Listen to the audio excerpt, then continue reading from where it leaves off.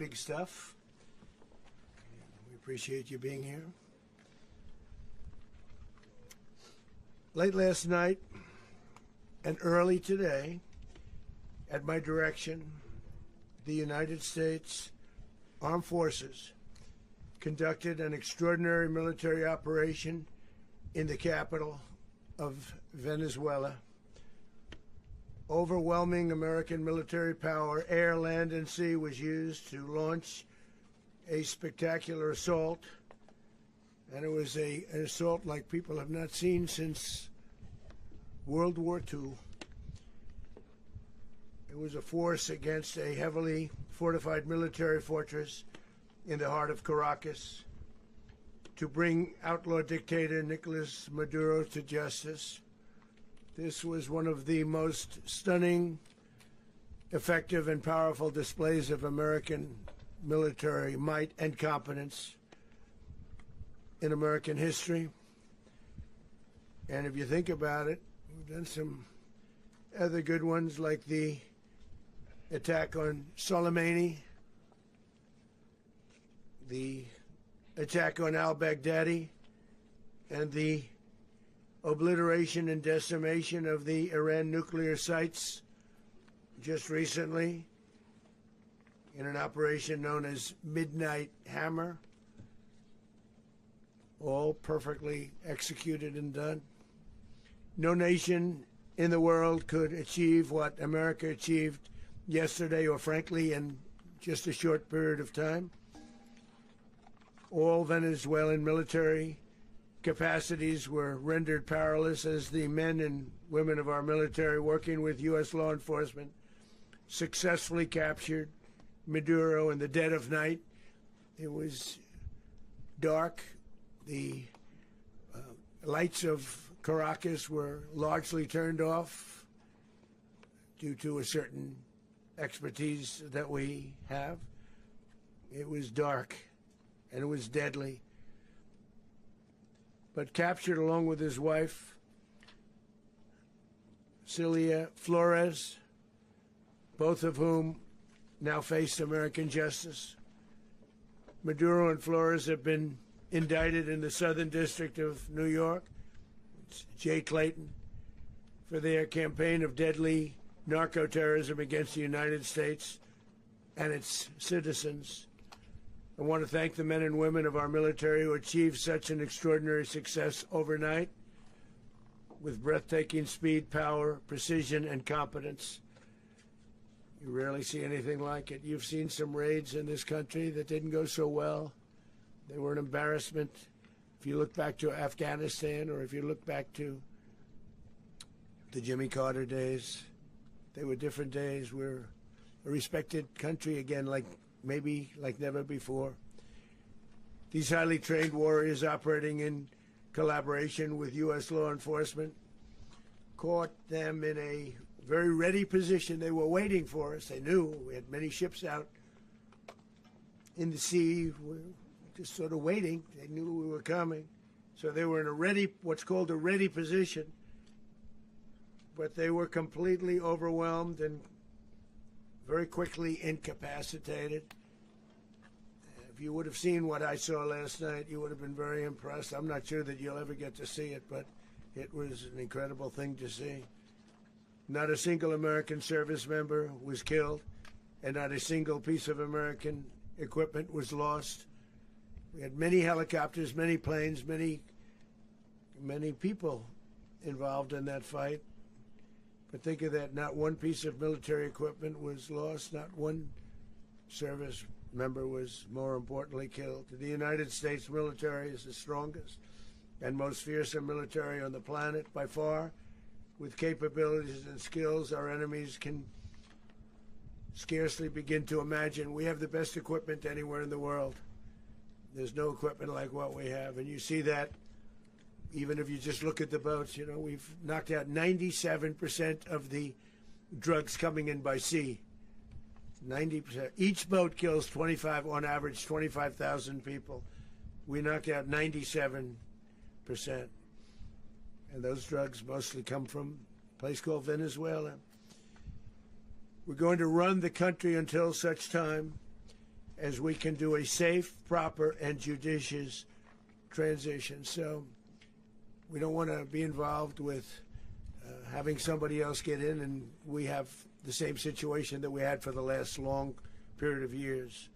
So we are going to run the country until such time as we can do a safe, proper, and judicious transition. And it has to be judicious, because that's what we're all about. We want peace, liberty, and justice for the great people of Venezuela, and that includes many from Venezuela that are now living in the United States and want to go back to their country. It's their homeland.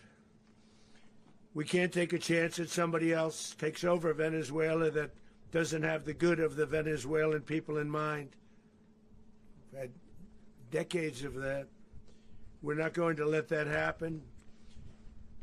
We're there now, and what people don't understand, but they understand as I say this, we're there now, but we're going to stay until such time as the proper transition can take place. So we're going to stay until such time as, we're going to run it essentially until such time as a proper transition can take place.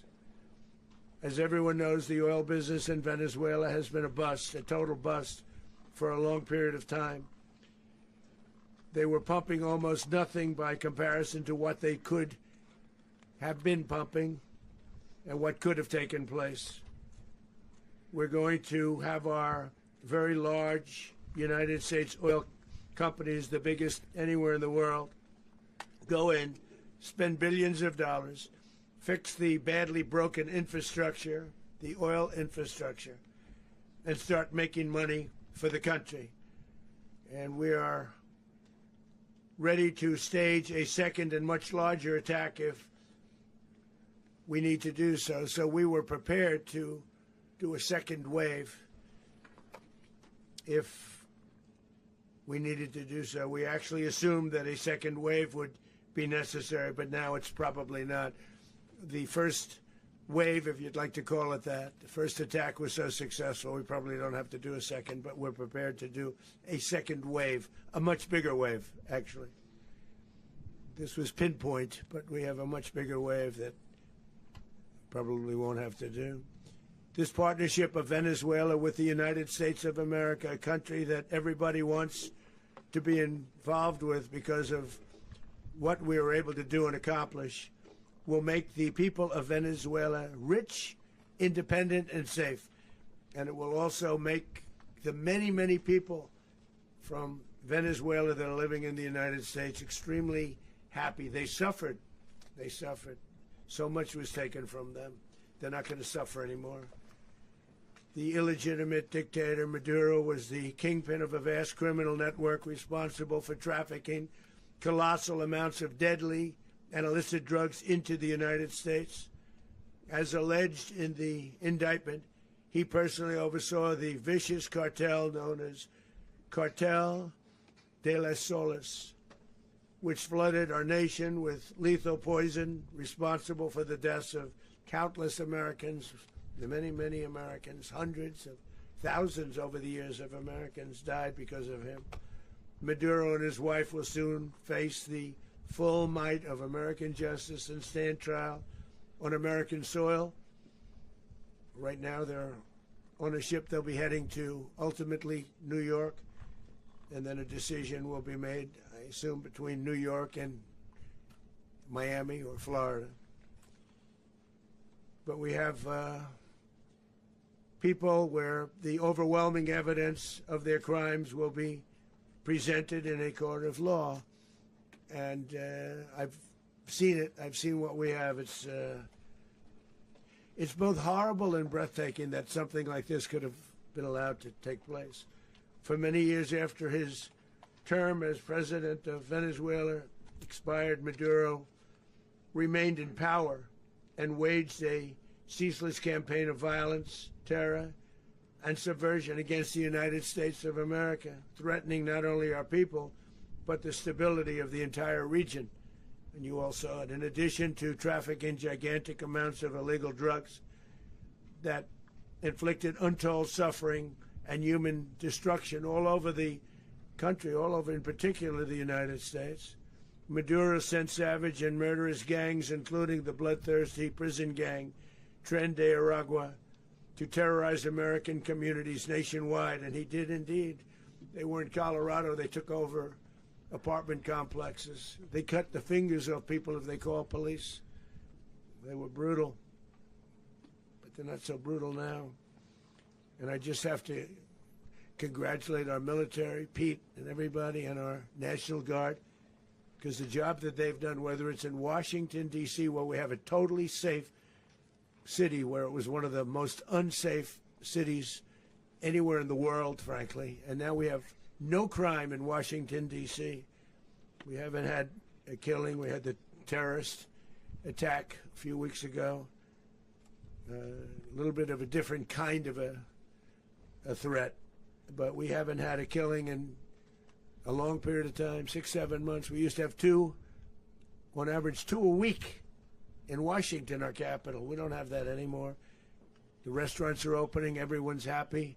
They're going, they're walking their daughters, they're walking their children, their wives. They walk to restaurants. Restaurants are opening all over Washington, D.C. So I want to thank the National Guard. I want to thank our military. And I want to thank law enforcement. Been amazing.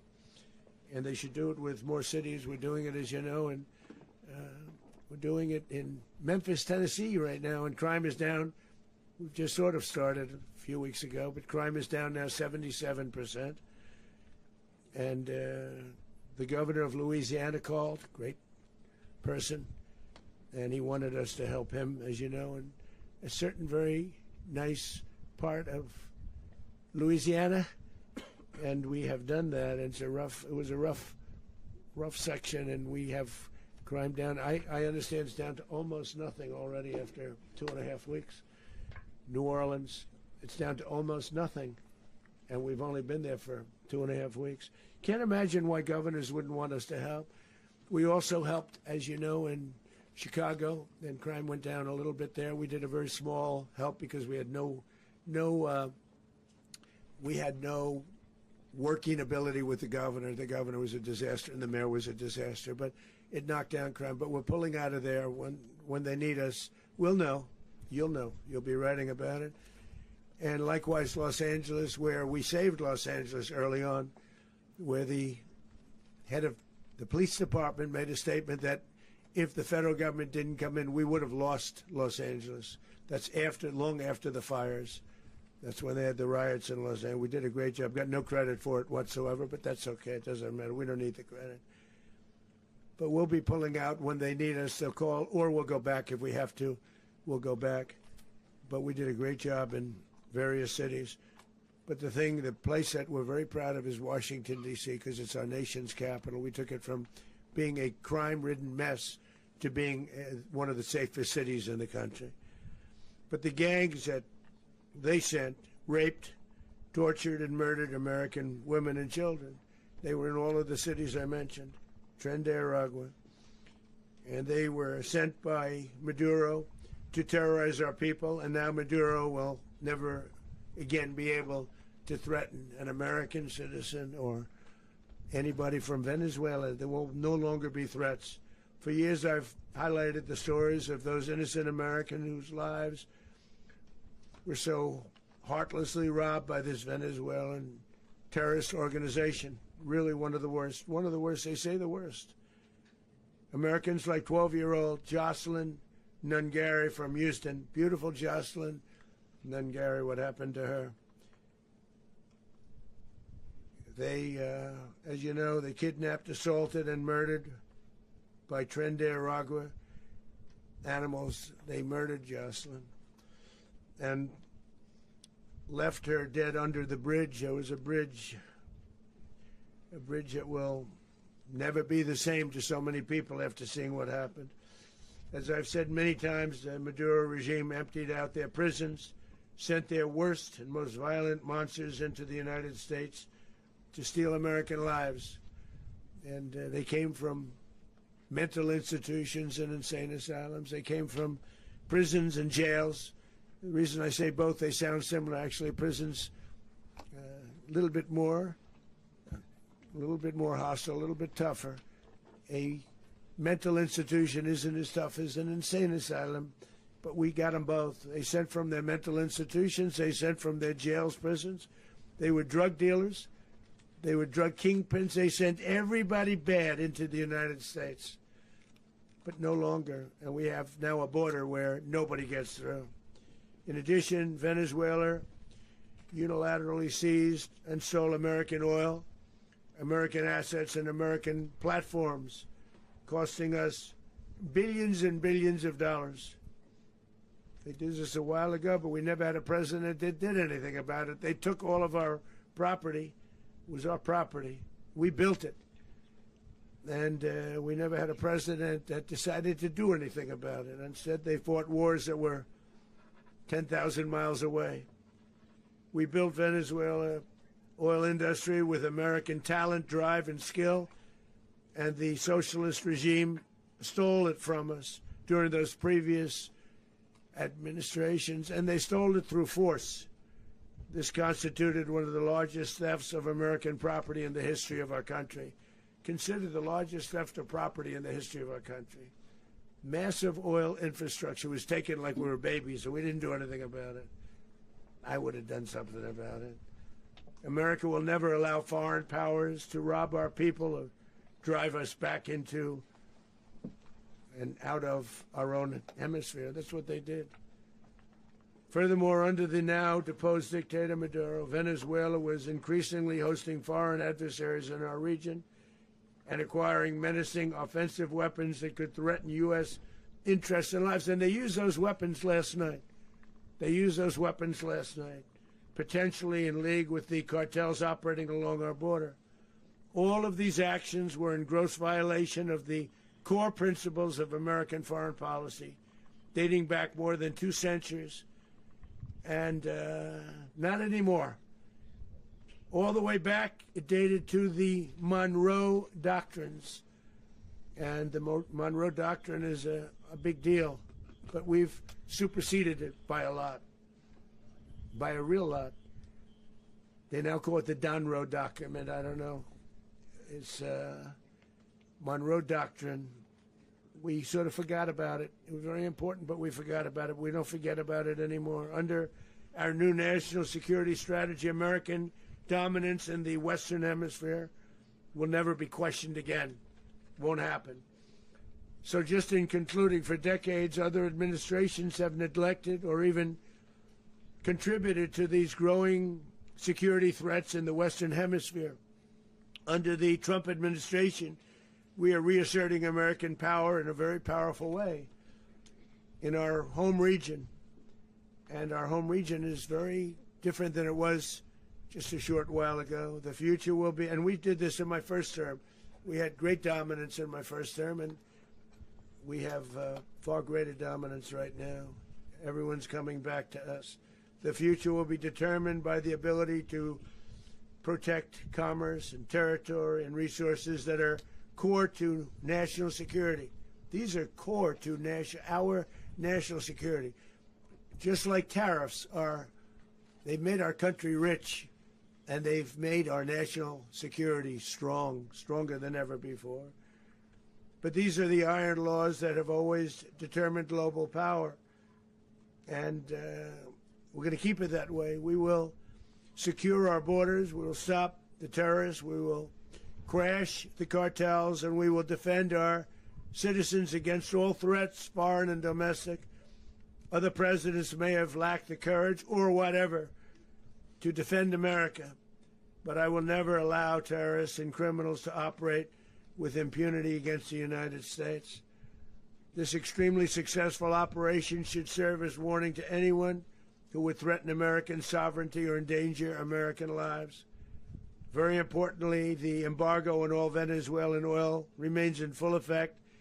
The American Armada remains poised in position, and the United States retains all military options until United States demands have been fully met and fully satisfied. All political and military figures in Venezuela should understand what happened to Maduro can happen to them, and it will happen to them if they aren't just fair, even to their people. The dictator and terrorist, Maduro, is finally gone in Venezuela. People are free. They're free again. It's been a long time for them, but they're free. America is a safer nation this morning. It's a prouder nation this morning because it didn't allow this horrible person and this country that was doing very bad things to us. It didn't allow it to happen. And the Western Hemisphere is right now a much safer place to be. So I want to thank everybody for being here. I want to thank General Raisin Kane. He's a fantastic man. I've worked with a lot of generals. I worked with some I didn't like. I worked with some I didn't respect. I worked with some that just weren't good. But this guy is fantastic. I watched last night one of the most precise attacks on sovereignty. I mean, it was an attack for justice. And I'm very proud of him, and I'm very proud of our Secretary of War, Pete Hegseth, who I'm going to ask to say a few words. Thank you very much.